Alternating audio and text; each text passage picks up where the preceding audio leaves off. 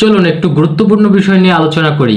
আপনারা জানেন বাংলাদেশ ছোট্ট একটি দেশ এবং বাংলাদেশ হচ্ছে ভারতের পেটের মধ্যে, মানে বাংলাদেশের চারপাশেই হচ্ছে ভারত, শুধুমাত্র এক সাইড ছাড়া।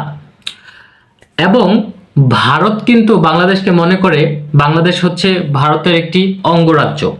এবং আরো ভয়ানক বিষয় হচ্ছে বা ভারতের ম্যাক্সিমাম সংখ্যক কর্মকর্তা যারা রয়েছে, যারা বাংলাদেশের মাটিতে বড় বড় পদে তারা নিয়োজিত আছে এবং বাংলাদেশের যেসব সেক্টরগুলো ভেরি ভেরি ইম্পর্টেন্ট সেই সব সেক্টরগুলো তারা কন্ট্রোল করছে।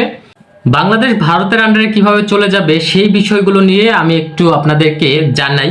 সেটি হচ্ছে ভারত বাংলাদেশের মাঝখান দিয়ে একটি সড়ক নির্মাণ করেছে, যেটি ভারতের এক প্রান্ত থেকে ভারতের আরেক প্রান্তে সেভেন সিস্টারে যে কানেক্ট হয় এবং এই পথটা তারা ব্যবহার করবে, এই রোড তারা ব্যবহার করবে গুরুত্বপূর্ণ মালামাল বহন করার জন্য। আর বাংলাদেশের সেখানে কোনো ভূমিকা থাকবে না, বাংলাদেশের কোনো জিজ্ঞাসা থাকবে না, তারা সেখানে কোনো ইনকোয়ারি করতে পারবে না, তাদেরকে ফ্রি লাইসেন্স দেওয়া হবে। এখন আসেন, ভারত যদি বাংলাদেশের বুকের মাঝখান দিয়ে ধরেন যে অস্ত্র নিয়ে যাচ্ছে বা পারমাণবিক বোমা বানানোর জন্য তারা তাদের সরঞ্জাম নিয়ে যাচ্ছে এক অঞ্চল থেকে আরেক অঞ্চল বাংলাদেশের ভিতর দিয়ে, তাহলে বিষয়টা কেমন হলো? এবং ভারত যদি চিন্তা করে যে বাংলাদেশ দখল করবে মাত্র কিছুক্ষণের মধ্যে, ধরেন একদিনের মধ্যে তারা দখল করবে, তাহলে তো খুব নর্মাল হলো, বাংলাদেশের বুকের মাঝখান দিয়ে তারা হচ্ছে অস্ত্র টস্ত্র নিয়ে ঢুকে যাবে এবং বাংলাদেশ খুব সিম্পলি দখল করে ফেলবে। কিন্তু ভারত সেটা করছে না, ভারত টেকনিক্যালি আগাচ্ছে।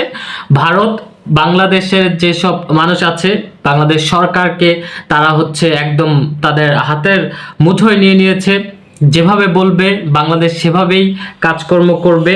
এবং বাংলাদেশ সরকারও ভারতের সরকারের সাথে সুন্দর একটি সম্পর্ক মেনটেন করেছে, কিন্তু সেটা ভারতের স্বার্থে, বাংলাদেশের এখানে কোনো স্বার্থ নেই। এজন্যই বারবার বিশেষজ্ঞরা মনে করছে বাংলাদেশ ভারতের আন্ডারে যে কোনো সময় চলে যেতে পারে। বাংলাদেশের নির্বাচন আপনারা দেখছেন, বাংলাদেশে সুষ্ঠু নির্বাচন হচ্ছে না, সবসময় একটি কোশ্চেন মার্ক থেকেই যায় নির্বাচনের সময়। এবং বাংলাদেশের যে জনগণ আছে সেগুলো কিন্তু ভারতকে এক প্রকারের ঘৃণাই করে।